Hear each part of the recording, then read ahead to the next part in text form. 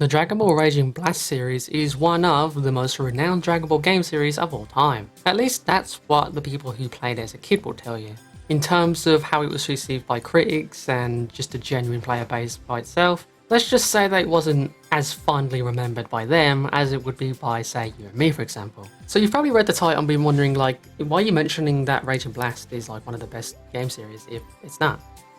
Oh, that's because I'm blinded by nostalgia, if I'm being honest. So, however, today's topic is going to be discussing why Raging Blast 3 is not here. Like, why doesn't it exist? Why don't we have it yet? I mean, the guys at Budokai Tenkaichi got the next Budokai Tenkaichi installment.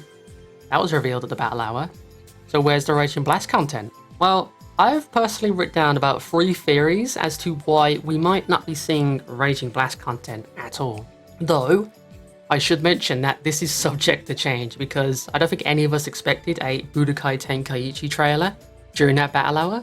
So if we ever see another Battle Hour and they drop a Raging Blast 3 trailer, then this video is probably going to age really poorly. But without further ado, let's just dive into my first theory. Hide money! It's buried out here! Now here's my first theory, and that is that Raging Blast 3 is not coming because it just didn't perform well.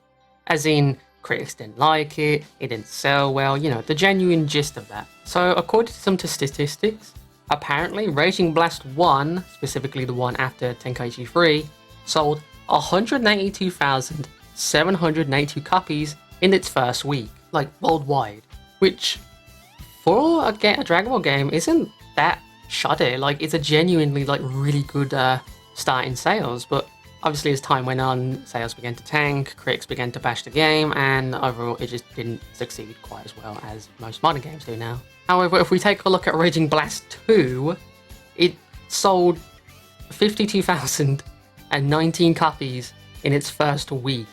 Raging Blast 1, the game that came before this one, sold almost double that in its first week. And also what both games seem to share is that a lot of the critics kept complaining about how the gameplay was really rough and tough, that the graphics were nice and stuff, and the story was decent at best. It just didn't feel fun to play, and the online element just wasn't there. I even saw someone say that you should just stick to Street Fighter 4, so that's a pretty rough way to review this game. So you might be thinking, how? Why would bad sales dictate that Raging Blast 3 is not coming, since Raging Blast 1 didn't perform the best either, yet it got Raging Blast 2?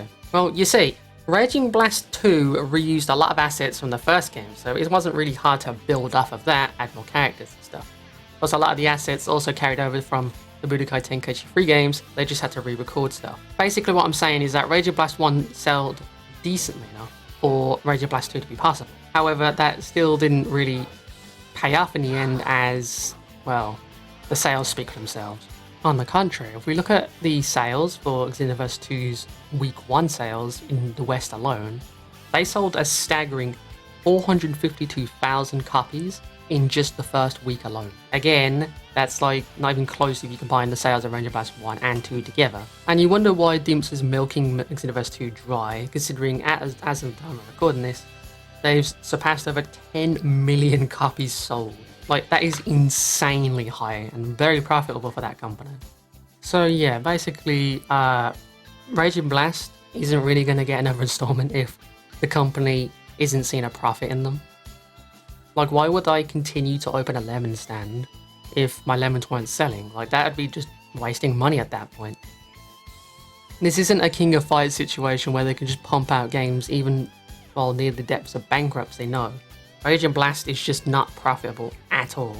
So yeah, you're gonna have to let me know what you think of my theory in the comments below, but I personally just don't think Raging Blast was profitable long term for the company, so that's probably why they avoided making a third installment. Without risk, they'll never know how far they'll truly go. Next up is the Yamamoto theory. Now again, this is a theory, this is not like fact, but how I believe this happened is that if you remember, Kenji Yamamoto was caught plagiarizing music. This is most evident in Budokai 3 and obviously Raging Blast 2. So when he got caught plagiarizing for Raging Blast 2 music, it got into a heap of legal shit. Like a huge amount of legal crap. So much so that they completely wiped his music off of any future releases.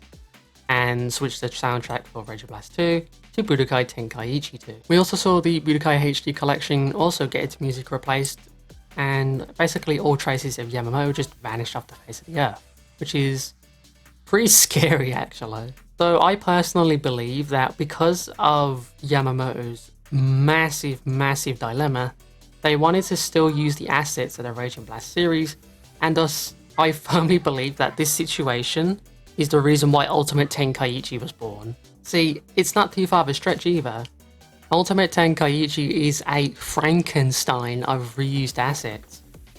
All the way from Budokai Tenkaichi 3's voice lines to Raging Blast 1 and 2's animations. It's not impossible to assume that they desperately wanted to try and milk what little they could from the Raging Blast series by completely stripping away the brand of Raging Blast and put it into another game that's familiar with both audiences and throwing Tenkaichi on it.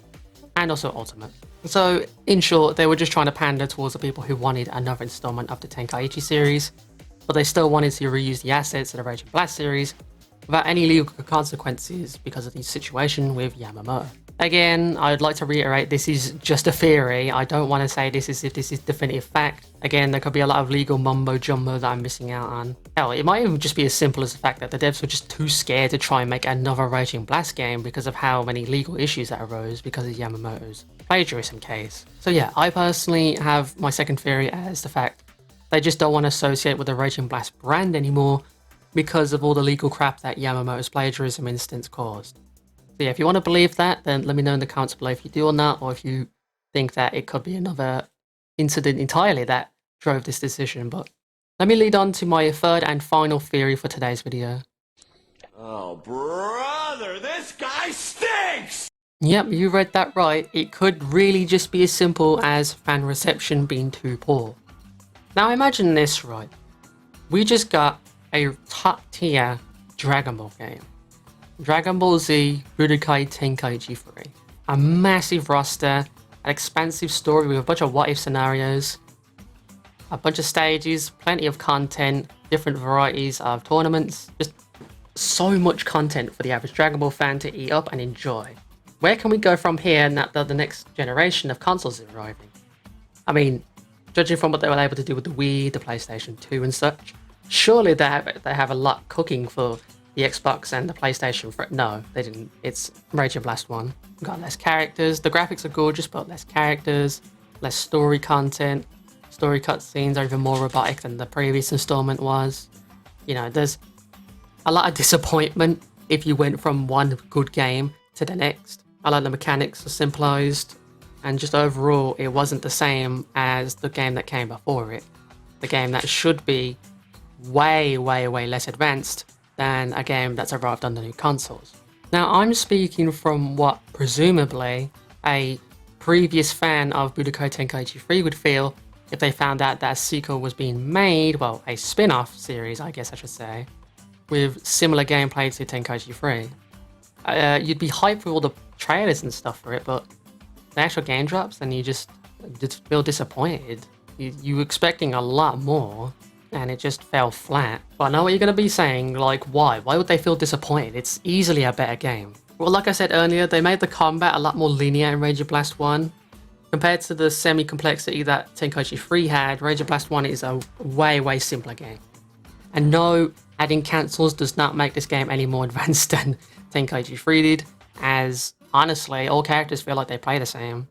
The only reason that I'd play different characters is because of signature skills, but otherwise, no, they just kind of feel samey. But that's also a thing with the roster as well. Like, sure, Raging Blast 1 introduced Super Saiyan 3 Vegeta and Broly. Really hype characters at the time. But why is the roster so small? What happened to all these characters that Tenkaichi 3 had? Why isn't the roster as big as that? Why don't we get to play the Dragon Ball Saga? Where's GT? Why is there no Super Saiyan 4s? Like, where is all the content? Like, sure, Raging Blast 1 had a tournament mode, it had decent content, and the skills gimmick was really cool and all, but this isn't the same game. This is not as good as the game I played before.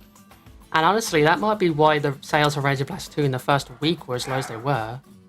It wasn't the same game as Tenkaichi 3, and obviously fans realised this with Raging Blast 1 and weren't going to take the chance with Raging Blast 2.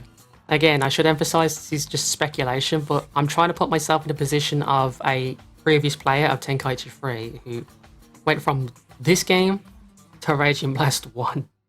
So I honestly can see why players were disappointed and why fans just weren't attached to Raging Blast, at the time at least, as they were to Tenkaichi 3, because Tenkaichi 3 is absolutely beloved, one of the top tier Dragon Ball games in terms of sales and in terms of reception.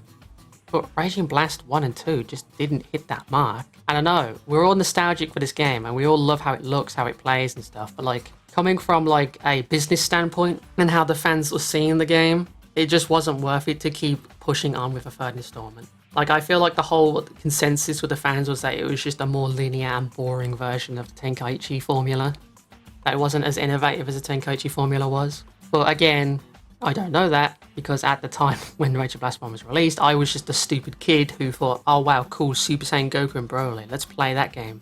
So I wouldn't know how they feel, but if I'm putting myself in the shoes of someone who would be expecting Raging Blast as the next new Dragon Ball game, then yeah, I can see why fans weren't as happy as they were with Tenkaichi 3, and why Tenkaichi 4's announcement in the Battle Hour was as beloved as it was. It's like, finally, we finally get another game in the Tenkaichi installment that's not a Raging Blast game, and then it's not Ultimate Tenkaichi, whatever that was. So yeah, that's my personal final theory on why Raging Blast 3 just isn't going to happen.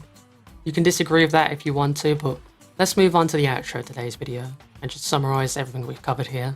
I'm grilling. Do not interrupt the grill master. So yeah, those are just a few of my personal theories as to why Raging Blast 3 is not coming. Make sure to let me know in the comments below why you think Raging Blast 3 might not be arriving. Do you reckon it's because it's sold bad? Do you reckon it's because Yamamoto caused legal issues that they didn't want to touch the brand again? Or do you reckon it's just because the fan reception was too poor and they didn't want to keep pursuing the game because it wasn't Budokai Tenkaichi 3? Either way, thank you for watching this video. Thank you for watching to the end. If you enjoyed, make sure to leave a like, it really helps me out. And I'll see you all in the next video of mine. Take care and goodbye.